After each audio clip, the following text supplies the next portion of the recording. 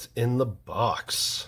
I have been dying to get one of these for a long time, and I finally have one. Let's see what it is. All right. This is a rear view mirror dash cam. And I'm sure you've seen them.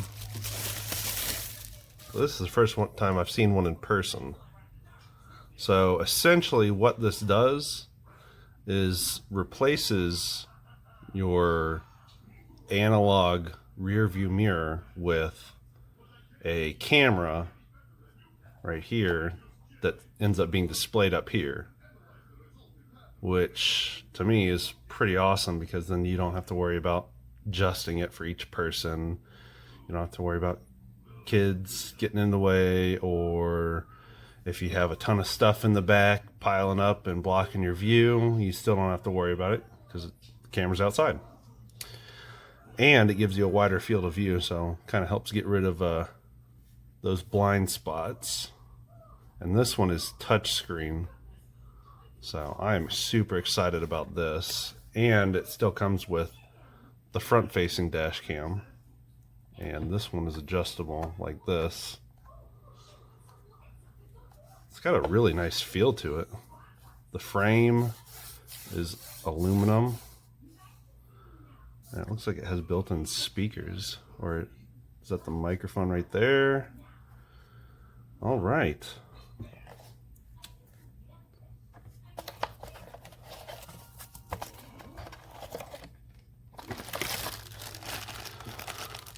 There's power supply. These are the straps that you hook onto the back of the mirror and then wrap it around your old mirror and hook it onto the other side. And here is the rear view camera. And you just mount it right where above your license plate is. And then you run this line all the way up to the rear view mirror and it will output display on there.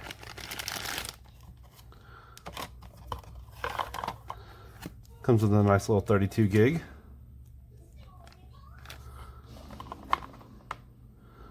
Little panel prying tool. So it's made of plastic so you don't damage the panels in your car when you're trying to route the wires.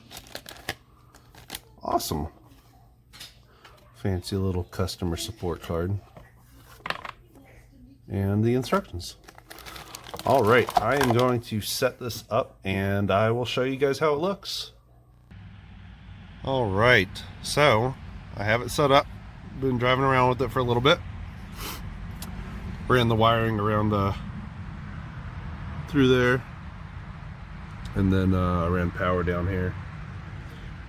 If you have at least the very basics of mechanical knowledge, you shouldn't have much of an issue popping off a couple panels and hiding the wiring. It's really not too hard. There is a setting or a wire that allows you to change the image when you are backing up, but you have to splice that wire into the reverse light. So if you don't have a little bit of wiring knowledge, you might want to get someone else to do that. But here it is.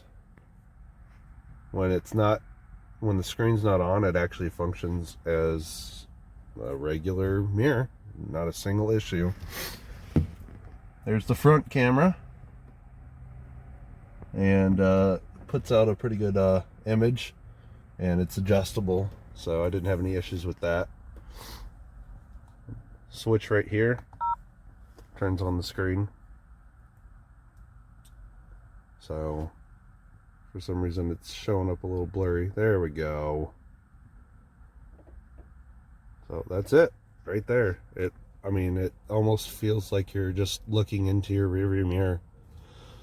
If you swipe up and down on this side of the screen, you can actually change where it's looking. So if you need to back up, you can point it down, see how close you are. If you want to change it back up, it's actually nice. And then tap, pulls up some settings. You can press the settings menu, and you've got all sorts of settings right here. And I really like this interface a lot because it's super easy to use. I mean, single touch will drop down the resolution, change the loop record time. You can turn on the G sensor, the parking guard. I mean, all sorts of stuff, and it's just one touch and it'll switch it around. So I really like that. And then if you swipe over from that side, it actually will pull up both the front and rear camera, which is nice. There you go, see? Swipe again, pulls up the front. Swipe again, pulls up the rear. Yeah, it's super easy to use. Now, if you're like me and have a regular mirror that has some tech in it and stuff, it's going to be a little bit thicker. It was kind of snug to wrap the bands around, but obviously it fits. Haven't had any issues with it.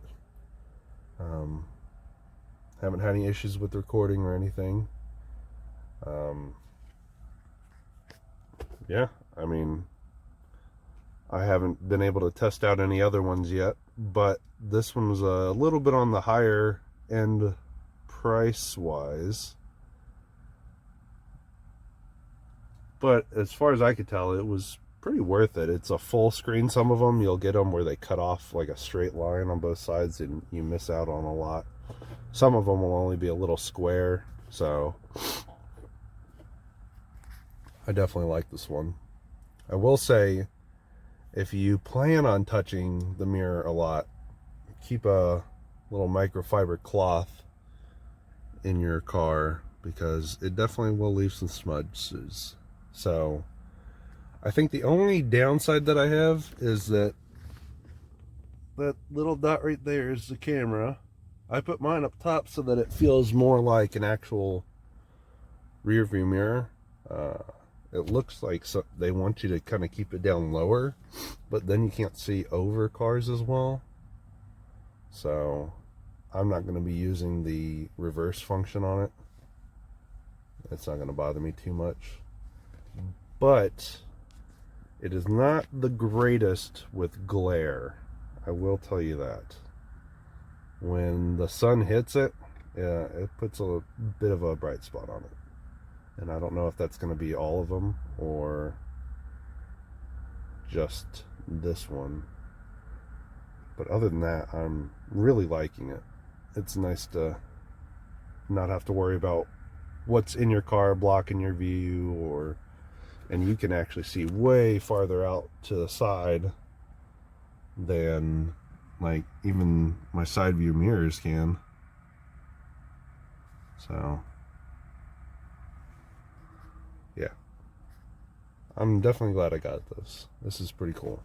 Well, all right, I've been using this rear view mirror dash cam for about 2 months and I love it. My wife was a little hesitant at first, but I think she's starting to enjoy it as well. It does take a minute to get used to because the field of view is so much wider, which once you're adjusted to it is great because there are far less blind spots than an analog mirror. You don't have to worry about the pillars blocking your view or anything in the back obstructing your vision. And I put mine on the inside right in front of the glass, so that way if it rains or anything, I can just use the wiper on the back to clear my view and I don't have any kind of dirt buildup on the camera itself. As far as the quality goes, it's pretty good. I like it, especially for the price. Great quality, and the HDR is okay. I'd like to see maybe a little bit better dynamic range for the contrast. but it's definitely not bad. The only issue I've had is in the evening when the sun's setting and you get direct sunlight toward the camera, it can kind of wash out the area around the sun a little bit. Or at night, headlights will kind of wash out their area a little bit as well, but you can still see. So, and the great thing is, because it's digital, the screen only gets so bright, so if someone behind you is being a jerk and has their high beams on, you don't have to worry about dimming your mirror or angling it or anything, because the high beams are only going to get as bright as the screen is going to allow. So I actually had it happen, and I didn't have to worry about it. As far as the user interface, very simple, very easy to use, and large buttons, and you can click them on the fly if you need to adjust something real quick. The front camera, I really only use it in case of an emergency. I don't really monitor it. I mainly use this as a digital rearview mirror because of the wide angle of view, and it just makes me much more comfortable about driving. You can see everything a lot better. And if you wire up that extra wire to your reverse light, anytime you put it in reverse, it'll actually point down a little bit automatically and show you parallel lines for how to line up your car when you're reversing. So that's kind of nice. Yeah, I haven't had any kind of mechanical issues, any kind of quality build issues. It's been solid, no kind of loose parts. The screen has been great. I love this one over some of the other ones that I was looking at, because some of them, it only shows a small square either on the left or right side of your mirror, which that's not really what I was going for. And I guess if you're only using it as a preventative backup camera, sure, that'll work, but I wanted something that was full screen, and I saw a couple other ones that were full screen as well, but they had a large bezel all the way around and kind of just threw off that high quality feel. So I ended up going with this one, and I do not regret it at all. It was a great choice. Installation was pretty straightforward. There's more than enough wire to route your power from any kind of socket. I actually used the one for the back seat because that one doesn't get used at all, and I still had enough to go all the way up to the front and around and tuck it in everywhere, so that way it was still hidden. And they give you plenty of wire for the rear camera as well. I had a little bit extra, and I have a full-size SUV that I'm using it in, so you don't have to worry about not having enough wire. And there's actually a port on top of the mirror for a GPS sensor, so that way if you really wanted to go all out for a dash cam for proof, you can actually record your location as well. Overall, I really like it. There's a couple of things that probably could be improved in the future, but for the price, I can say that I definitely recommend using it. Well, thanks for watching, you guys, and if you have any questions about this or any of my other videos, feel free to leave a comment, and I will be posting below a link to this specific dash cam, so that way you can check it out for yourself on Amazon. And I hope to see you guys on the next one.